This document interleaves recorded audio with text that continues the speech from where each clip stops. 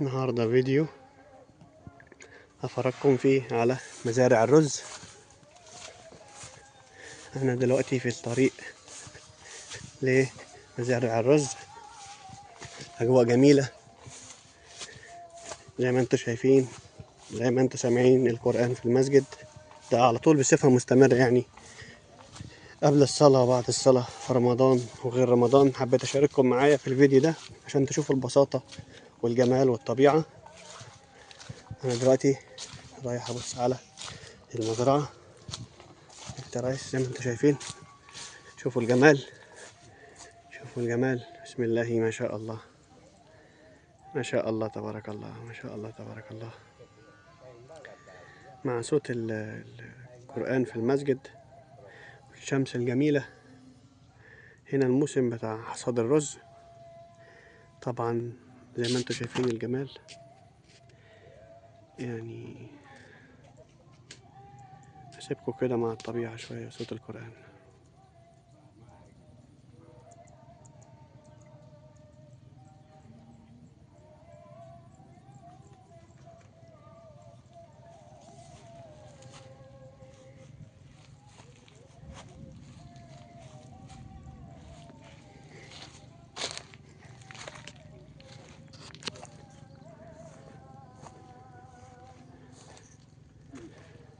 Eh, pa, selamat pagi.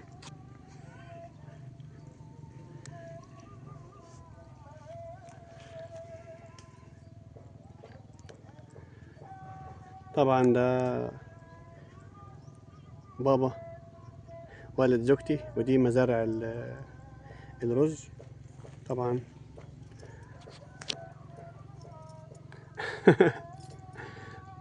طبعا دي مزارع الرز بتاعت زوجتي. اللهم بارك، اللهم ارزقهم كل الخير يا رب، بارك لهم في محصولهم وزرعتهم. زي ما انتوا شايفين الجمال، شوفوا شوفوا الخضر، شوفوا النفسية،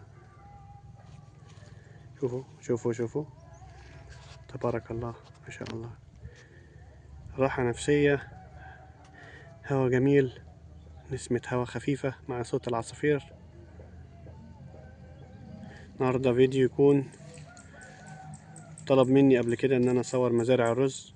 طبعا قلت ان انا مش هطلع اتكلم في تفاصيل او هطلع اتكلم في معلومات. قلت اخلي الفيديو ده يخص فئة من الناس اللي طلبت مني انها تشوف المزارع لايف، وان هي تقول لي صور الحياة البسيطة عندك. يعني تبارك الله، يعني هدوء مع صوت العصافير وصوت القرآن. الفيديو ده عبارة بس عن راحة نفسية. سيبكوا بقى تعيشوا شوية.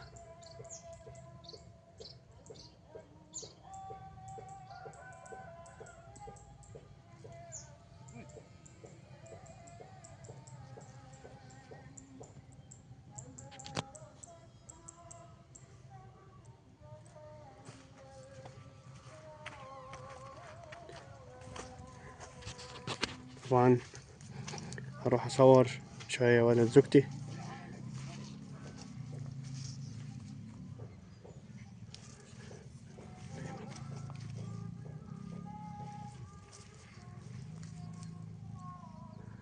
انتوا شايفين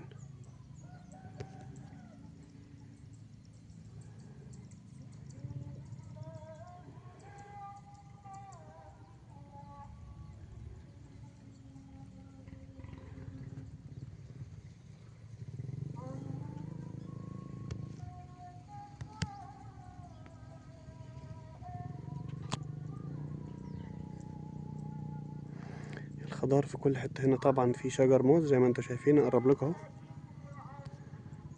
هنا ما شاء الله تبارك الله شجر موز، وهنا كل ده شجر موز زي ما انتوا شايفين. ما شاء الله تبارك الله، ما شاء الله تبارك الله. هنا مزارع ريس، أرز.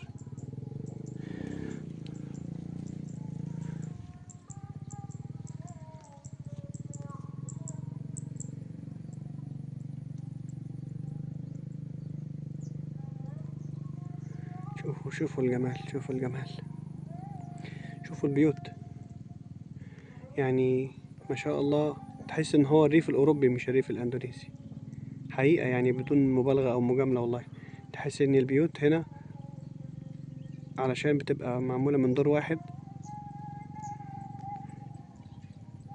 تحس ان هو الريف الاوروبي مش الريف الاندونيسي. طبعا ده شجر موز، كل هذه يعني كل ده مزارع رز. طبعا هناك كده مزارع مانجا.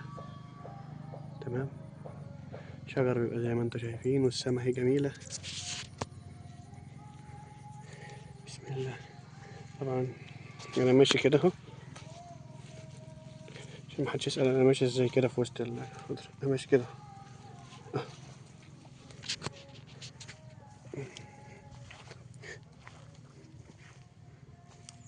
زي ما انتم شايفين.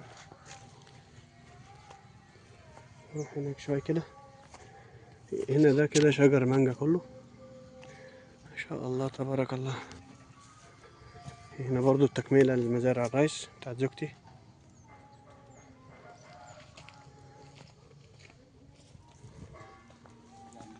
طبعا زي ما انتم شايفين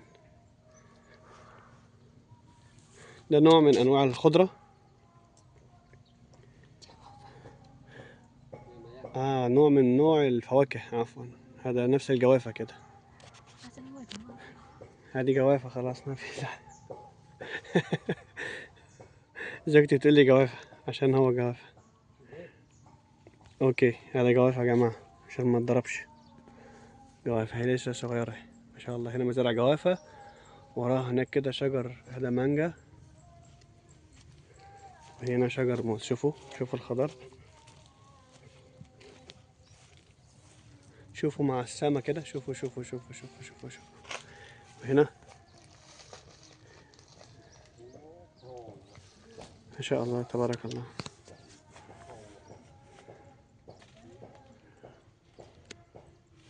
هنا ورا كله شجر مانجا، وزي ما وريتكم هنا هو ده شجر موز.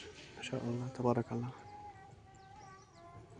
طبعا اجواء يعني ناس كتيرة ممكن تكون مش تقدرش تتأقلم على النظام ده او الطبيعة دي.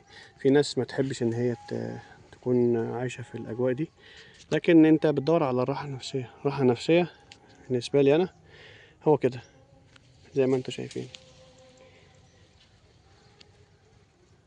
هتقولي مدن ومش مدن، هقولك مفيش انقى من الهدوء بتاع ان انت تعيش في مكان يعني ما يكونش مزدحم بالناس.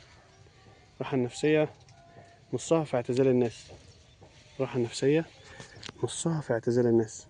تيجي تقعد مع نفسك كده، تشرب، تعمل لك كده شوية شاي بالنعناع، وتيجي تسمع كده صوت العصافير والقرآن ده الجميل في المسجد، وتبص للخضرة كده.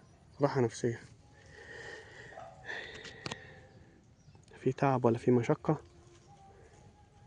زي المتاعب والمشقة بتاعت البشر.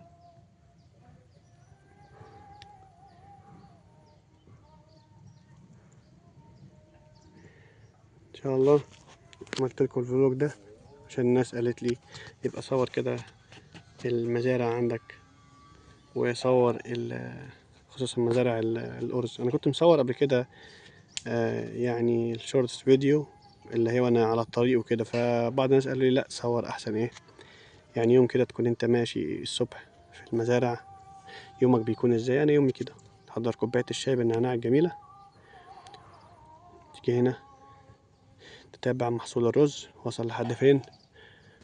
ده موسم الرز طبعا، وشجر الجوافة موجود. عاوز جوافة فريش مش بشتري، باكل.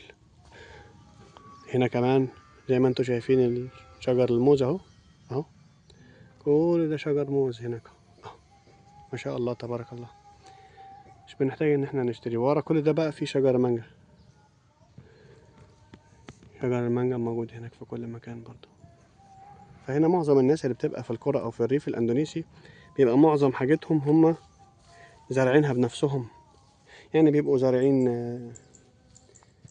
موز، عندهم شجر موز، بيبقوا زارعين طبعا الرز، بيبقوا زارعين جوافة، يبقوا زارعين مثلا مانجا. في الشجر يعني، بيبقوا زارعين طماطم وخيار وفلفل.